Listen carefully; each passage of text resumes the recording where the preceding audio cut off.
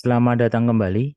Pada kesempatan kali ini kita akan membahas tentang sistem air limbah rumah sakit yang ada di dalam ketentuan Peraturan Menteri Kesehatan Nomor 40 Tahun 2022.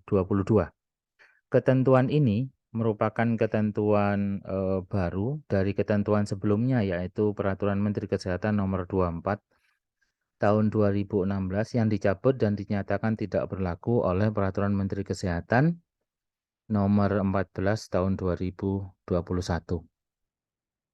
Ketentuan Peraturan Menteri Kesehatan Nomor 40 Tahun 2022 ini bicara tentang standar fasilitas, sarana prasarana, dan peralatan kesehatan yang ada di rumah sakit. Tentang instalasi pengolahan air limbah atau yang kita sebut IPAL, itu adalah alat untuk kemudian melakukan pengolahan air limbah yang berasal dari sumber-sumber buangan air kotor rumah sakit, mulai dari scrub, wastafel, sampai dengan kloset dan sistem urinoir rumah sakit. Jadi seluruh air limbah kotor rumah sakit dilakukan pengolahan melalui mesin IPAL. Untuk perhitungan kapasitas air limbah atau kapasitas IPAL rumah sakit itu menggunakan satuan hitung 500 liter. Jadi kalau tempat tidurnya itu adalah 100, maka kapasitasnya itu adalah 5.000 liter. Ini adalah kapasitas minimal. Disarankan pada rumah sakit itu kapasitas minimal ini merupakan 80% dari kapasitas IPAL. Jadi selalu ada kapasitas cadangan 20% yang digunakan. Namun di dalam Peraturan Menteri Kesehatan Nomor 40 Tahun 2022 tidak dijelaskan tentang kapasitas cadangan. Untuk proses pengolahan air limbah di rumah sakit ini ada gambar skematisnya. Di dalam gambar skematis itu, setiap air limbah yang berasal dari unit-unit atau berasal dari gedung-gedung di rumah sakit itu dikendalikan melalui sistem bak kontrol. Tujuannya itu adalah melakukan pemisahan antara limbah padat dan limbah cair. Kemudian melakukan pengolahan fisika dan kimia khusus untuk limbah laboratorium. Di dalam proses penyaluran air limbah pada bangunan, jadi dilakukan proses pemisahan antara pemipaan dari grey water dan pemipaan dari black water. Jadi proses penyaluran air kotor dari toilet, laundry, perkantoran, dan ruangan-ruangan lain di rumah sakit itu harus dialirkan dulu menuju septic tank. Selanjutnya, limpasannya atau air limbahnya disalurkan ke instalasi pengelola air limbah atau IPAL. Tujuan adanya septic tank atau bak kontrol itu adalah sebagai pretreatment untuk pengendapan lumpur. Kemudian proses penyaluran air kotor yang berasal dari dapur itu juga sama, dialirkan menuju bak kontrol untuk dilakukan pemisahan dengan kotoran padatnya. Nah, bak kontrol ini yang kita sebut dengan pemisah lemak atau grease trap. Setelah dilakukan pemisahan, maka limpasannya atau airnya disalurkan ke instalasi pengolah air limbah atau IPAL. Sedangkan untuk laboratorium itu dilakukan pengolahan fisika kimiai untuk melakukan netralisasi sebelum kemudian air limbahnya disalurkan ke IPAL. Di dalam penyaluran air kotor ini ada beberapa kaidah yang diatur. Yang pertama itu adalah rumah sakit meniadakan sistem rembesan, sehingga air yang ada di sistem rumah sakit itu tidak masuk dalam air tanah begitu. Sehingga nanti kualitas tanah dan air tanah di lingkungan rumah sakit tidak mengalami penurunan atau tercemar karena limbah rumah sakit.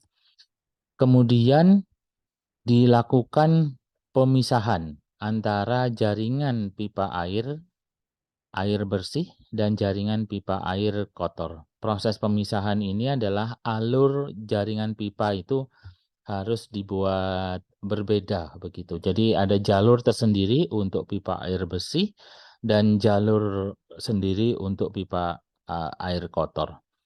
Kemudian yang ketiga itu adalah menghindari seringnya pengurasan septic tank.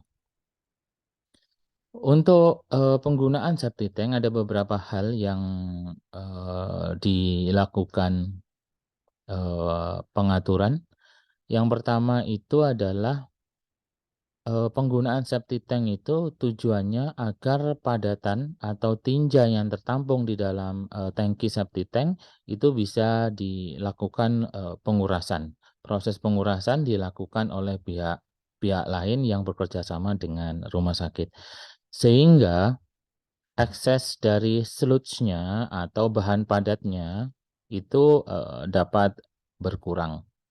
Kemudian yang kedua, mengurangi beban ipal dan menghindari timbulnya bau dari padatan solid yang tidak terdekomposisi secara sempurna.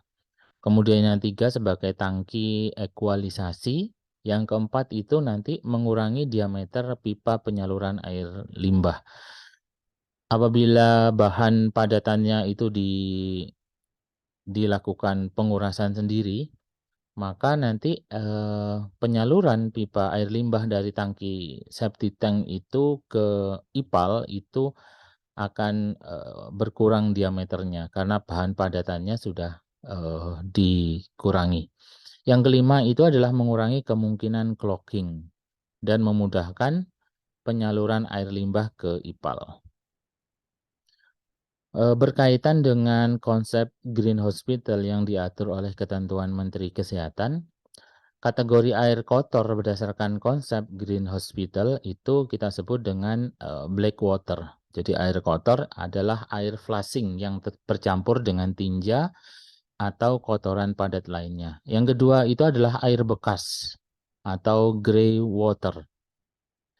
Grey water itu adalah air bekas kegiatan pencucian, wastafel, mandi, dan alat-alat yang lain. Jadi harus dipisahkan antara air kotoran, black water, dan air bekas atau air kotor atau grey water. Jadi dilakukan proses pengaturan.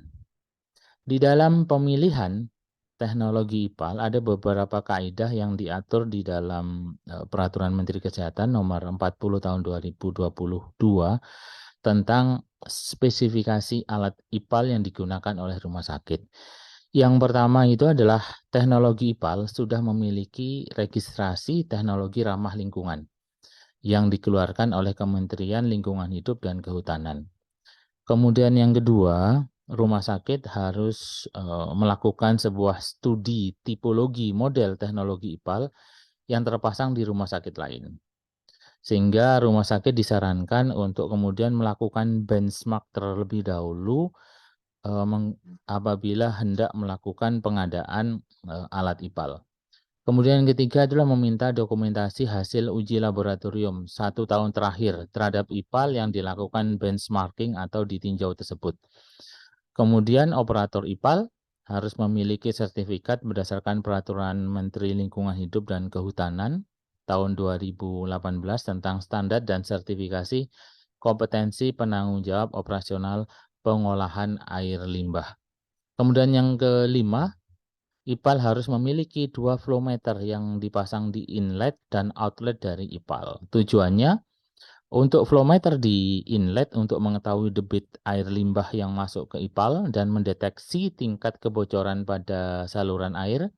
Kemudian flow meter di outlet untuk mengetahui debit air limbah yang telah diolah di ipal untuk mendeteksi adanya kebocoran pada ipal.